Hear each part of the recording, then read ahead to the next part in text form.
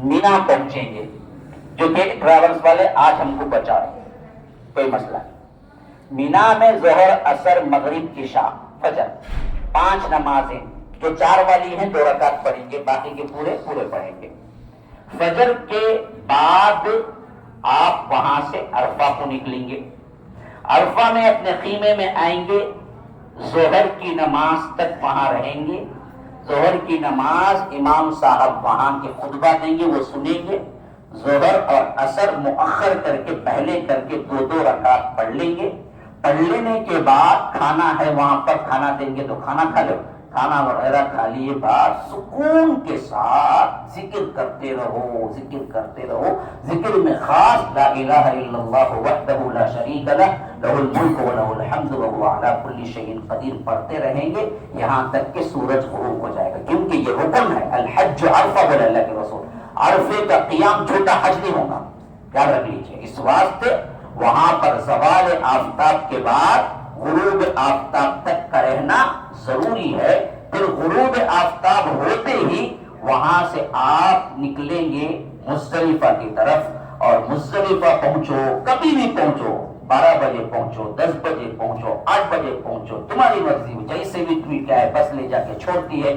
پہنچتے ہی آپ 3 رکعت مغرب، 2 رکعت عشاء اور وتر 1 یا 3 جو آپ چاہیں کل پڑھ کے اللہ کے آرام، کیونکہ کل 5 کام ہے اہم صبح ہوتے ہی، اس واسطے آرام سے جہاں جگہ ملی بغیر باتیں کیے، مذاق کیے، ادھر ادھر کی چیزیں کیے، آپ وہاں پر آرام کے ساتھ سو جائیں گے۔ پہلے وقت میں فجر اٹھ کے وہاں پر پڑھ لیں گے، یا جماعت بن رہی ہے، بازو مسجد ہے آپ کے خیمے کے، وہاں پڑھ لو، یا نہیں کہ خیمے والے جماعت بنا رہے ہیں تو پڑھ لو۔ فجر پڑھنے کے بعد اللہ کے رسول صلی اللہ علیہ وسلم سورج نکل کے چاش کا وقت جسے بولتے خاص طور پر 6 بجے کے قریب، یہاں پر اس سے بھی پہلے آ جائے گا کیونکہ یہاں 4 سے نماز شروع ہو جاتی ہے، تو ڈائریکٹ اچھا روشن ہو جائے آپ کے لیے سورج، تو تب تک وہاں پر آپ دعا کرتے رہیں گے۔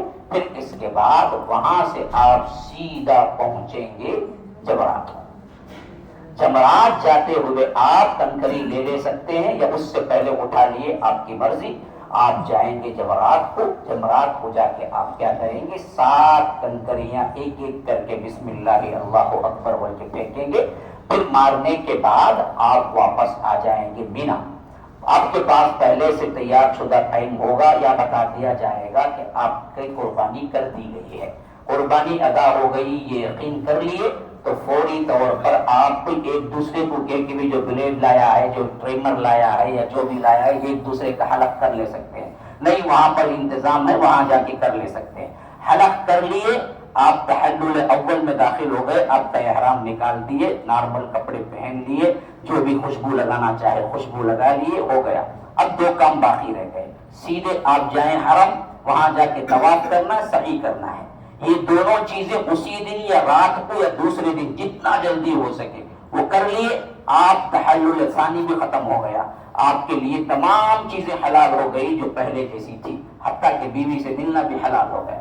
اب اس کے بعد یہ 10 کے ایام میں پوری چیزیں ہیں، 11 12 یہ 2 دن رہنا واجب ہے، اور اس پہ کریں گے کیا، زوال کے بعد تینوں جمرات کو کنکریاں ماریں گے، پہلے ایک کو مارے بڑے جمرات کو، اب زوال کے بعد یہ پہلے زوال سے پہلے مارے پہلے دن، بقیہ 2 دن زوال کے بعد تینوں کو کنکریاں ماریں گے اور واپس مینا آ جائیں گے۔